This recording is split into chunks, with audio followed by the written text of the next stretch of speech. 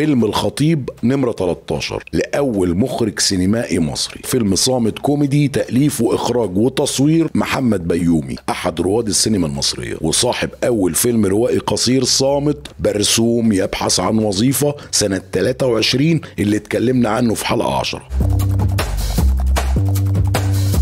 ومن ساعتها ما اشتغلش في السينما لظروف وفاة ابنه الطفل، واللي أقنعته يرجع للإنتاج والإخراج الفنانة دولة أبيض.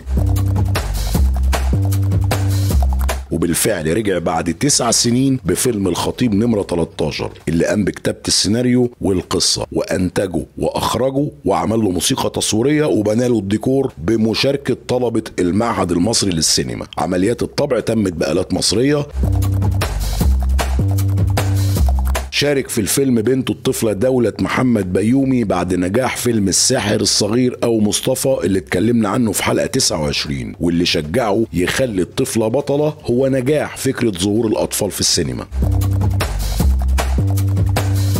قصة الفيلم: شاب اسمه زعتر بيعاني من الفقر، مش لاقي شغل، علق يافطة على باب اوضته الفقيرة مكتوب عليها بني آدم للإيجار ولو باللقمة. في التوقيت ده الطفل زعزوع بيتمشى في شوارع اسكندرية، بيلاقي أطفال بيلعبوا بيعطفوا عليه، طفل بيديله فلوس، زعزوع بيتمشى لحد ما وقف قدام فكهاني اللي بيعطف عليه وبيديله موزة وبرتقانة. زعزوع بيرجع للأوضة الفقيرة اللي عايش فيها وبياكل الموزة قدام زعتر اللي بيتغاظ وبيهجم على زعزوع وبياخد البرتقانة منه وبياكلها بشراهة. الطفل زعزوع بيفكر ينتقم منه ويعمل فيه مقلب. بتدور الأحداث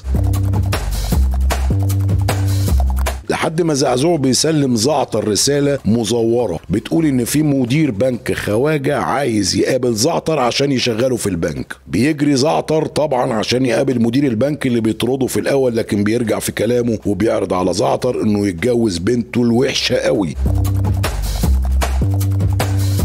الفيلم اتعرض 25 ديسمبر سنة 33 واتعرض عرضه في اسكندرية في مارس 34. حقق نجاح وقتها رغم ظهور السينما الناطقة سنة 32. وبيقال ان الرقابة صدرت الفيلم واعترضت على ظهور الطبلية وحلت الملوخية في احداث الفيلم اللي بتدور حوالين حياة شاب فقير عاطل. تابعونا.